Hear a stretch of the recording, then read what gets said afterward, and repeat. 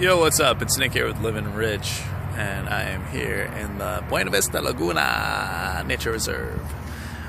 Doing some reading, doing some relaxing, doing my morning thing. Although it's now like 10:50, and it's kind of like mid-afternoon. Anyways, what I'm going to talk about today is disenchantment and the power of disenchantment.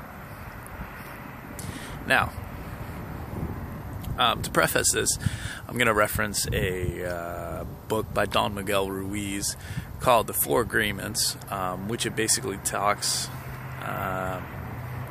He's a Toltec wisdom. I don't know. It's like some Mexican, Native American mythology, and he talks about how the words we use are our magic, are the spells that we create, and how to be very careful with these words.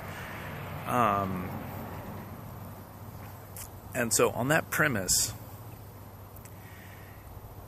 our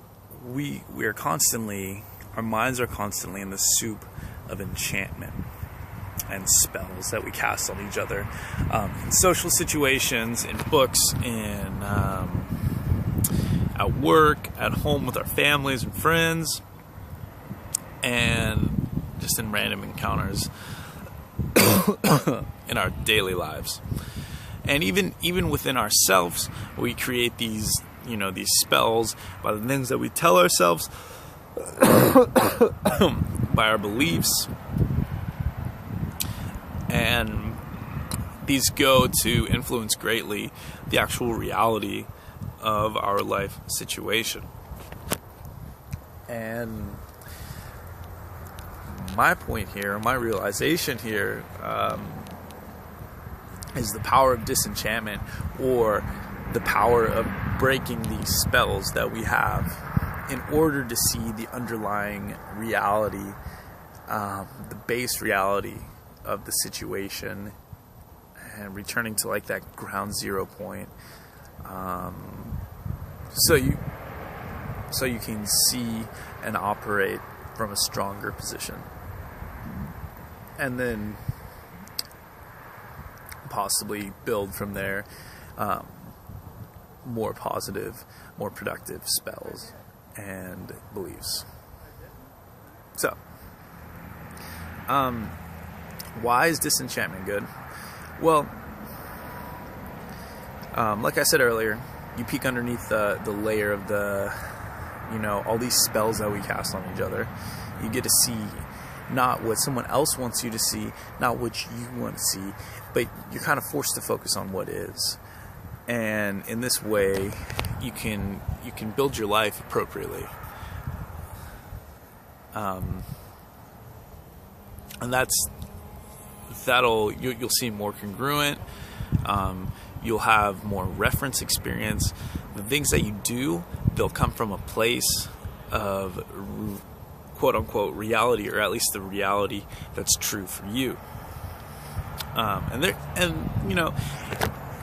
There could be even deeper realities than that, and it most likely, from what I understand, probably just goes infinitely deeper and deeper, just like different layers being uncovered. Like maybe first you take off the word layer and the belief layer, and then you have like the visual layer, but then like there's probably another layer underneath that, and then like a sensation layer, and then underneath that there's just like a pure consciousness something, and then probably just on and on into infinity, as this mystical stuff usually is, encompassing stuff we can't even talk about. But on a practical basis, this is really good for rewiring your life, taking old beliefs, old unuseful things, and disenchanting yourself. Think of it as like the anti-spell. Like, in Harry Potter they cast spells on stuff. Well, you are the spell breaker. You're breaking all these spells, all these negative spells that people have on you, these thoughts, these beliefs, and then you're able to start clean, fresh, and anew from this moment, from where you're really at, and build a life upon that. And that is the power of disenchantment. And if you don't believe in spells or magic or any of that stuff, go watch a fictional movie. Go watch any movie for that matter. And then walk out of that theater and feel yourself adjusting back to reality. Like for that hour and a half, 2 hours, you were under a spell. Even watching this video, you're under my spell that I'm putting out there to help you break spells. So, in a certain sense, maybe not in the Harry Potter sense of spells, but more like in the real life belief, word, mind, juncture, spells are real. So, something for you to consider and look at in your daily life. And, get back to me if you have any comments, questions, concerns. And I will talk to you later. Goodbye. Thank you for watching, by the way.